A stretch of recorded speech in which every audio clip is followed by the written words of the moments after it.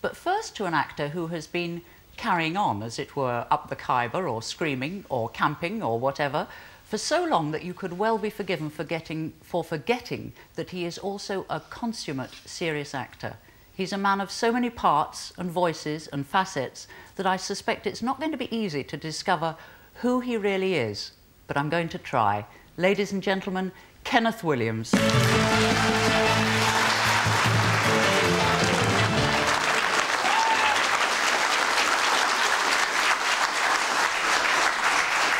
A lot of competition here today. Yes, I can see. Yes. Tell me, are you always this outrageous? Oh, no, I'm not. I'm quite an orthodox person and a very conventional person, in point of fact. The idea of outrageousness is always something that's labelled, you know, it's something that's given to you and has no more real validity than any other label. In fact, if you analyse the labels, you will always find they're a load of rubbish. It's like a motorist and pedestrian. What is the man when he gets out of his car? You see what I mean? Indeed, you know what I mean? do, yes. So you then find the label doesn't work. So are you saying you have to work at it? No, you don't have to. No, you just have to be yourself. And if you have any kind of authenticity, and that authenticity comes through, then immediately people say, oh, we must label this. What does it come under? Or it comes under outrageous, it comes under high camp, or it comes under restoration comedy. They must immediately label it, and that's what they want to do. Would you label yourself eccentric? Oh, no, I'd say I was extremely conservative. With a small C? Yes, a small C. You can see that by my dress, can't you? Indeed, indeed. You've also been labelled an exhibitionist. Yes, that is an extraordinary thing. I don't see why I should have been. It's simply because if one does say what is forthright and immediate, and you're not really spending a lot of time, you know, learning lines beforehand, which is the essence, I suppose, of involuntary chat. If you're on something where you're expected to give an immediate reply and be fluent about it, then if you do say, well, this old fart came in and started being rather pretentious, and that is what you genuinely feel, immediately it's, oh, I say, he's coming out with it, isn't he? You know?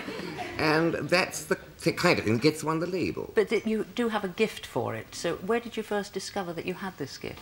Oh, I've always been reasonably fluent. I think that's my Welsh background. The Welsh can talk fluently, and quite quickly, too. I've often been told off for talking too fast. They say you're too rapid, your delivery is too rapid, people need time to take the dialogue in. And I don't find that really is true, because Coward talked very fast, and so does Isaiah Berlin. Isaiah Berlin in lectures has talked so fast, I've often had trouble really keeping up. But it's the enunciation that you... The enunciation is the secret secret of it all, yes, you're quite right. We're quite right, especially those long cowardice things like we've seen the National Gallery open the Houses of Parliament, burn the introduction of income tax, which gave us quite a time. We've seen the late Prince Consort on the magic lantern screen, one readable, dribble feedable, one readable, readable, oh yes, indeedable, century this has been. If you do it right, it's like Mad Dogs and Englishmen. If you do it right, it works, but if you stumble on the diction, then it's death. Did you just first discover this in the army?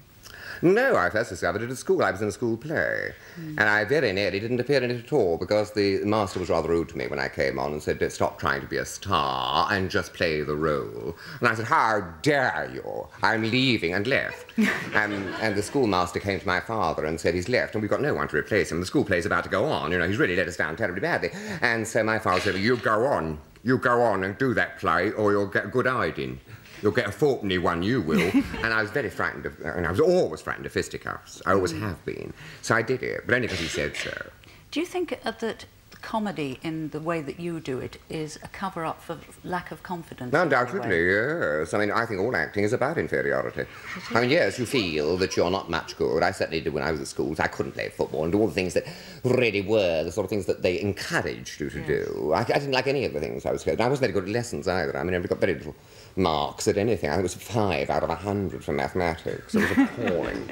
And so, every time you got the chance to act, immediately you were given a persona to hide behind. Suddenly it wasn't yourself that was exposed. You know, you were portraying a character, and you had something to hide behind. And that was tremendous, a shield and relief. And I think that's why I enjoyed acting. And so acting in school plays was the start of it all. And then later on, when I went to the army as a draftsman, because I was trained as a draftsman, but then when the war finished, I was allowed to go into army entertainments, not ENSA, army entertainments. And that was where in Singapore I worked with Stanley Baxter, John Schlesinger, Peter Nichols, who's now a playwright. Yes. And together we had some very, very interesting productions out there. You must have met a lot of eminent eccentrics. Yes, and in a way, yes, they were eccentric. You're quite right. Many of them were eccentric. In fact, our commanding officer appeared on the parade ground wearing powder brownish, And I remember thinking at the time, that's not suntan, because it's too matte, you know.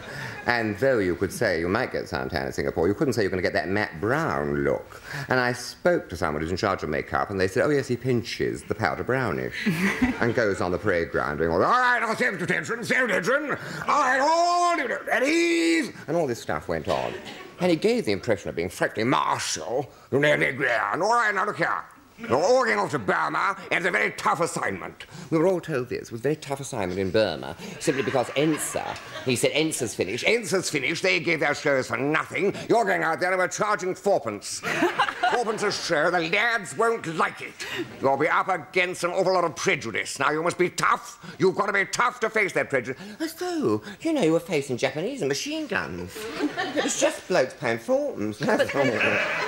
But then what made him eccentric? Is it the doing the abnormal in a normal way? Yes, certainly it is. It always is. I think eccentricity is based upon that. I think, of course, there is a desire to attract attention, to draw attention to oneself. I think all eccentrics quite enjoy that, although it's not always present.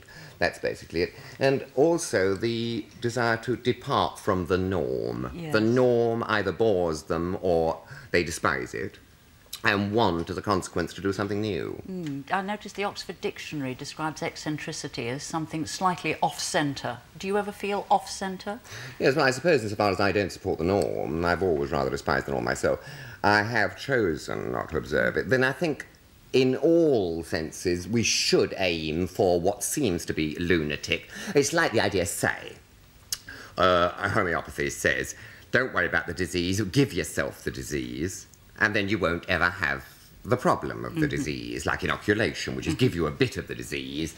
Well, now, that sounds lunatic, doesn't it? I mean, the initial idea of give yourself disease and you won't get disease, it sounds balmy. In actual fact, homeopathy has proved it works. Yes. So go to the opposite and you'll invariably find you're right. You know, this idea of, oh, that's not right because that's not healthy is rubbish too, because it's a lack of health very often which has pushed mankind forward.